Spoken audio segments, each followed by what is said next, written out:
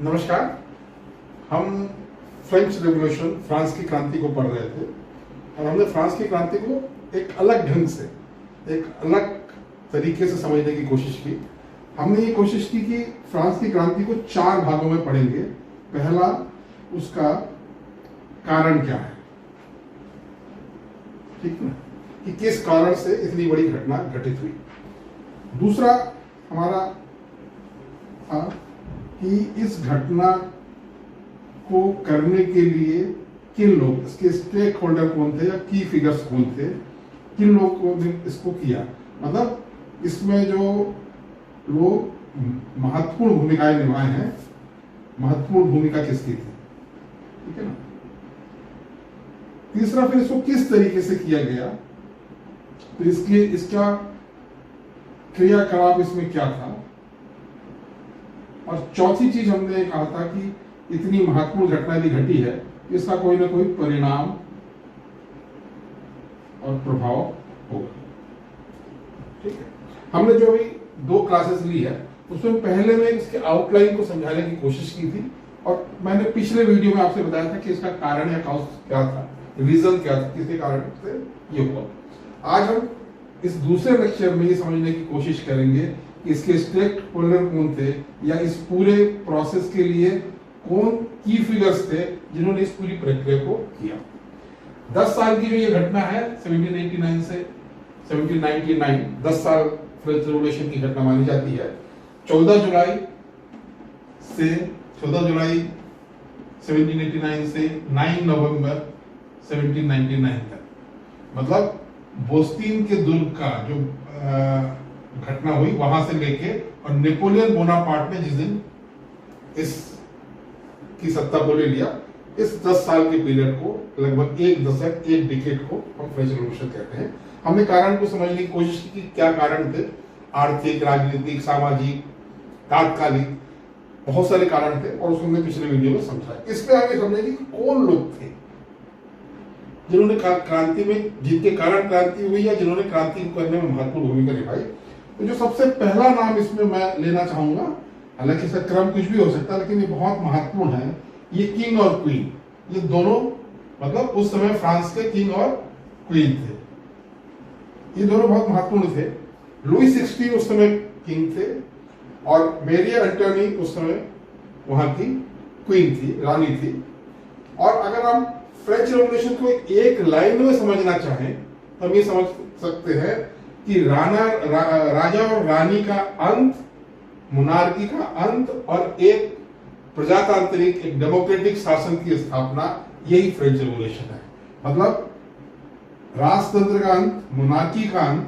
तो लुई 16 और मैरी एंटोनी ये बहुत की फिगर थे क्योंकि इनका शासनकाल, हालांकि इनके पूर्व के भी जो लुई 15 थे, लुई 14 थे, वो भी इसके लिए जिम्मेदार थे, लेकिन सबसे ज्यादा जिम्मेदारी इनके ऊपर डाली गई।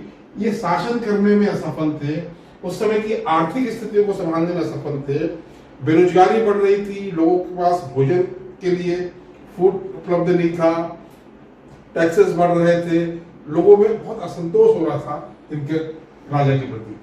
रानी भी अपने जो उनके क्रियाकलाप थे, ऑस्ट्रिया की ये राजकुमारी थी जिनसे शादी हुआ था, अच्छी थी, कोई ऐसा नहीं, बहुत इनके बारे में अगर आप पढ़ने जाएंगे तो बहुत अच्छी चीजें भी आपको मिलेंगी, लेकिन कुल मिला के किसी राज्य को चलाने के लिए जो गुण रानी में होना चाहिए था वो नहीं था।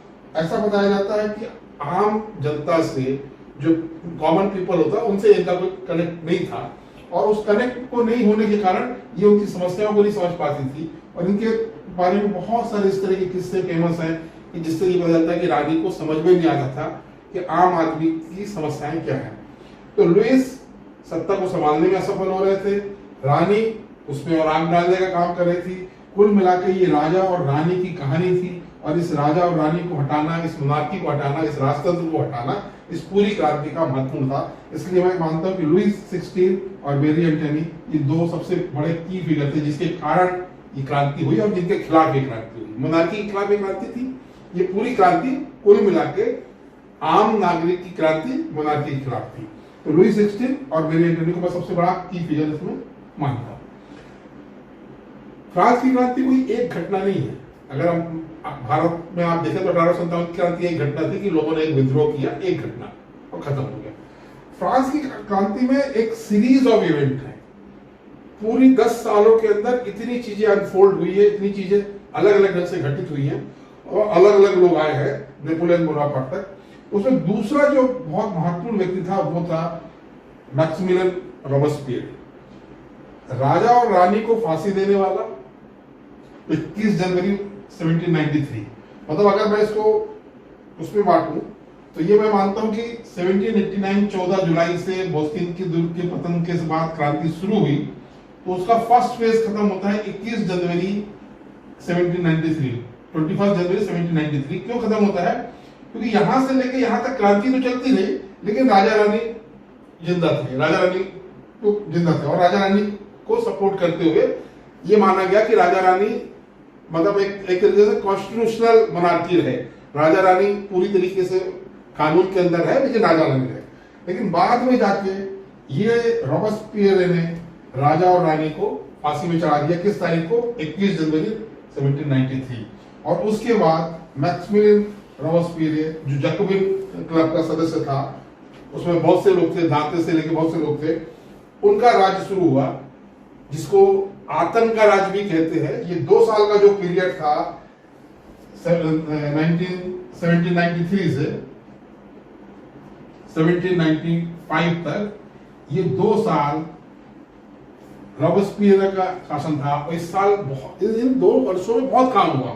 लोग कहते हैं इससे ईमानदार व्यक्ति ढूंढना मुश्किल है, लेकिन आतंक का राज था।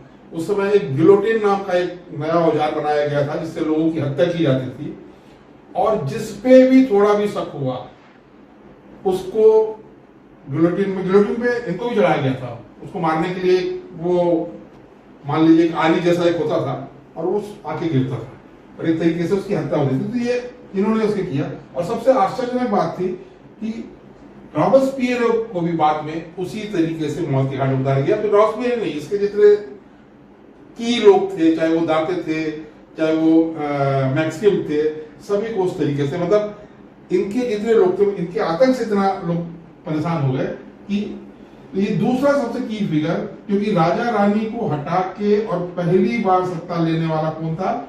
जैकोबिन दल का जो मेन था मैक्स रॉबespierre। इसको मैं दूसरा की फिगर मानता हूं। और इन 2 सालों में बहुत से सुधार हुए हैं। इन 2 सालों में, मतलब ये 2 साल में वास्तव में फ्रांस में जो परिवर्तन हुआ है, वहां पे जो स्लेव व्यवस्था थी वो समाप्त हुई है, पुरुषों को मतदान मिला है, बहुत सी डेमोक्रेटिक राइट्स आई हैं। तो रॉबespierre ने बहुत सारा काम किया, लेकिन रॉबespierre भी चला गया। इसको मैं दूसरा मानता हूं। हालांकि इसी बीच में कुछ और लोग आए हैं, लेकिन तीसरा सबसे महत्वपूर्ण आदमी था नेपोलियन बोनापार्ट। ठीक है, नेपोलियन बोनापार्ट ने 1799 9 नवंबर को एक तरीके से इस क्रांति को समाप्त कर दिया और सत्ता अपने हाथ में ले ली। तो मैं जब अभी की फिगर पढ़ा रहा हूं, जब मैं इसकी घटनाक्रम से पढ़ाऊंगा तो फिर दूसरे लोग और आएंगे। तो राजा रानी, फिर मैक्स रॉबespierre, फिर नेपोलियन बोनापार्ट। नेपोलियन बोनापार्ट कौन था? एक जनरल था फ्रांस सेना का, जो जैकोबिन दल या जो भी समय शासन करते थे उनके साथ मिलकर वो काम किया था। बाद में जब ये देखा कि ये लोग अनपॉपुलर हो रहे हैं, लोग इनसे बहुत खुश नहीं है इनके काम से, उस समय उसने उसका फायदा उठाया और उसने पूरी सत्ता को हटा के और उसने खुद अपने हाथ में सत्ता ले लिया। और नेपोलियन बोनापार्ट ने जिस दिन 9 नवंबर 1799 को जिस दिन उसने सत्ता ली, उसी दिन फ्रांस की क्रांति को समाप्त माना जाता है। और आश्चर्य की बात ये देखिए कि नेपोलियन ने 1799 में सत्ता ले ली और 1804 में उसने अपने आप को वहां का फ्रांस का फिर से राजा घोषित कर दिया। मतलब आप देखिए कि जिस मोनार्की को, जिस राजतंत्र को हटाने के लिए ये लड़ाई शुरू हुई, 1804 में जाके नेपोलियन बोनापार्ट ने फिर से वहां पे एक तरीके से राजतंत्र स्थापित कर दिया। हालांकि वो बहुत दिन तक नहीं चला, बाद में 1814-15 में नेपोलियन के साथ वो खत्म हो गया। वो ऐसा नहीं चला कि उनका वंशवाद चलता रहा। तो ये 3 तो सबसे महत्वपूर्ण फिगर मैं मानता हूं। इसके अलावा इस क्रांति को करने में जो सबसे बड़े लोगों का हाथ था, हालांकि ये उस पीरियड के नहीं है, ये क्रांति के पहले के लोग हैं, चाहे वो जीन रूसो हो, जॉन लॉक हो, या और भी ऐसे जो बहुत सारे लोग थे, विचारक थे। क्योंकि कोई भी इतनी बड़ी क्रांति, फ्रेंच रिवॉल्यूशन जैसी क्रांति बिना विचारधारा के नहीं होती। बिना विचारधारा के गदर हो सकता है, कोई विद्रोह हो सकता है, पर क्रांति का मतलब होता है एक व्यवस्था का परिवर्तन। ये व्यवस्था परिवर्तन हुआ था, उसके लिए विचारक की जरूरत होती है। तो ये वो लोग थे जिन्होंने अलग अलग विचार दिए। जैसे रूसो ने एक ये विचार दिया लोगों को कि आदमी जो है स्वतंत्र है। उसका जो सबसे प्रसिद्ध किताब है सोशल कॉन्ट्रैक्ट, उस समय आया। जॉन लॉक ने ये बताया कि राजा कोई भगवान का, उस समय क्या एक विचारधारा चलती थी कि राजा भगवान का प्रतिनिधि है, भगवान की तरफ से आया है और राज कर रहा। उसने कहा ऐसा कुछ नहीं होता, राजा के अधिकार असीमित नहीं हो सकते। इनकी किताबों को पढ़ पढ़ के रॉबस्पियर, दांते ऐसे लोगों ने ये विचार बनाया कि इस विचारधारा को लागू करना चाहिए, और वही विचारधारा लागू हुई। तो इस तरीके से उस समय की जो बहुत बड़े बड़े फिलोसफर थे, और भी बहुत लोग थे, जब मैं आगे इसको पढ़ाऊंगा तो उसको मैं और डिटेल में ले आऊंगा। इन लोगों ने इसको इनको भी मैं इसका बहुत की फिगर मानता हूँ। इनकी विचारधारा को इन लोगों ने इस राजतंत्र के खिलाफ लागू किया। तो ये तीन हो गए। फिर उस समय इन लोगों ने जो पॉलिटिकल ग्रुप्स बनाए थे उनके अपने अपने थे। एक थे रॉयलिस्ट, मतलब वो लोग जो ये चाहते थे कि राजा रहे, राजतंत्र रहे, लेकिन अब राजा ऐसा भी नहीं हो जाए कि जो राजा कहते हैं वो नियम बन जाए। राजा एक नियम से चले, जिसको कहते हैं कॉन्स्टिट्यूशनल मोनार्की। उनको हम कहते थे रॉयलिस्ट। वो ये चाहते थे कि राजा को मृत्युदंड ना दिया जाए, राजतंत्र चलता रहे और सुधार हो जाए, आम लोगों को भी फायदा हो जाए। जैकोबिन्स ये जो थे ये क्रांतिकारी थे, है ना। तो इन लोगों ने क्या किया, उन्होंने कहा नहीं ऐसा नहीं चलेगा, बिल्कुल राजा नहीं चलेगा, उसकी कोई सत्ता नहीं होनी चाहिए। इसके अलावा और भी गिलोटिनियंस और इस तरीके फिर महिलाओं के बहुत सारे ग्रुप्स बने। इन पॉलिटिकल ग्रुप्स को भी या क्लब्स को भी मैं स्टेक होल्डर में मानता हूं, क्योंकि इनकी भी बहुत बड़ी भूमिका थी इस पूरे 10 साल के प्रोसेस में। अलग अलग जगह अलग अलग भूमिकाएं इनकी थी। और एक डायरेक्टरी को भी मैं मानता हूं जिसमें 5 मेंबर थे। अगर इसके पूरे काल को अगर आप करेंगे तो मैं कह रहा हूं कि 10 साल का टाइम था। 10 साल के टाइम में मैं क्या कह रहा हूं आपसे, 1789 14 जुलाई जिस दिन क्रांति की शुरुआत मानी जाती है, वहां से लेकर राजा को फांसी देने तक एक फेज, फिर आतंक का राज या मैक्सिम रॉबस्पियर का राज जो कि 1793 से लेके 1795 तक चला, ये दूसरा फेज। और जब ये हटा, ये क्यों हटा, क्योंकि इसका आतंक हो गया था। तब क्या हुआ कि राज किसके पास आया, डायरेक्टरी के पास आया। तब क्या उन्होंने किया, 5 लोगों का एक समूह बनाया और उन्होंने कहा कि हम इन 5 लोगों के समूह से इसको चलाएंगे। लेकिन ये पांचों में आपस में लड़ाई झगड़ा होता रहा। तो ये लड़ाई झगड़ा होने के कारण ये सिर्फ कितने साल चला, इसका हम तीसरा फेज मानेंगे 1795 से 1799, और फिर यहां पे आके खत्म हो गया। तो मैं डायरेक्टरी को भी, जिसने 4 साल खींचतान के सत्ता चलाई, तो ये 10 साल की क्रांति में 2 साल के करीब करीब राजा रानी का राज, फिर आतंक का राज, फिर डायरेक्टरी का राज, और फिर नेपोलियन बोनापार्ट आता। तो ये तो हो गए बहुत बड़े की। अब इसमें बहुत से और लोग थे, लॉयर थे, पादरी थे, किताब लिखने वाले थे, ऐसे बहुत सारे नाम आपको इसमें आएंगे जिन लोगों ने छोटी छोटी बड़ी बड़ी भूमिका उसमें निभाई है। लेकिन इसमें एक और सबसे बड़ी जो आप समझ जाइए कि स्टेक होल्डर थे, वो कौन थे, वो थे जो फ्रांस की उस समय की जनता, और फ्रांस की भी जो जनता या कॉमन पीपल, उसमें भी कौन, उसको मैंने आपको पहले वीडियो में बताया था कि वो 3 उसमें थे, clergy, noble and third state, common people या मध्य वर्ग। तो ये 90% थे, जिसमें आर्टिजन्स आते थे, जिसमें एग्रीकल्चर में काम करने वाले लोग आते थे, जिसमें मर्चेंट आते थे, व्यापारी आते थे, स्टूडेंट आते थे, प्रोफेसर आते थे, उन लोग आते थे। उनकी बहुत बड़ी भूमिका थी, और विशेष रूप से महिलाओं की बहुत बड़ी भूमिका थी। महिलाओं ने इस पूरे उसको सपोर्ट किया। तो मैं ये मानता हूं कि इन की फिगर्स को जब हम एक दूसरे से जोड़ेंगे, जैसे अभी अगर हम इसको जोड़ने की कोशिश करें, हम ये समझने की कोशिश कर सकते हैं कि राजा रानी ने कोशिश की थोड़ा सा ठीक करने की, उनका शासन भी चला, बाद में कुछ षड्यंत्र हुए, उनको हटा के रॉबस्पियर आए, इनका 2 साल का शासन चला। जब लगा कि ये गलत कर रहे हैं, इनको भी फांसी में चढ़ा दी गई, तब इन्होंने एक जिसको कहते हैं कि मॉडरेट गवर्नमेंट लाने के लिए, जो दोनों तरफ की बात करें, आतंक ना करे, डायरेक्टरी का शासन लाया। 5 लोग मिलके चलाएंगे, कोई कॉन्स्टिट्यूशन देखेगा, कोई लॉ देखेगा, कोई एडमिनिस्ट्रेशन देखेगा, कोई फाइनेंस देखेगा, लेकिन इन पांचों लोगों में कभी भी आपस में बनी नहीं, तो डिसीजन नहीं हो पाते थे, काम रुक रहे थे। इसका फायदा उठा के नेपोलियन बोनापार्ट ने 9 नवंबर 1799 में सत्ता हासिल कर ली। तो इस तरीके से इसकी फिगर हम समझने की कोशिश करें।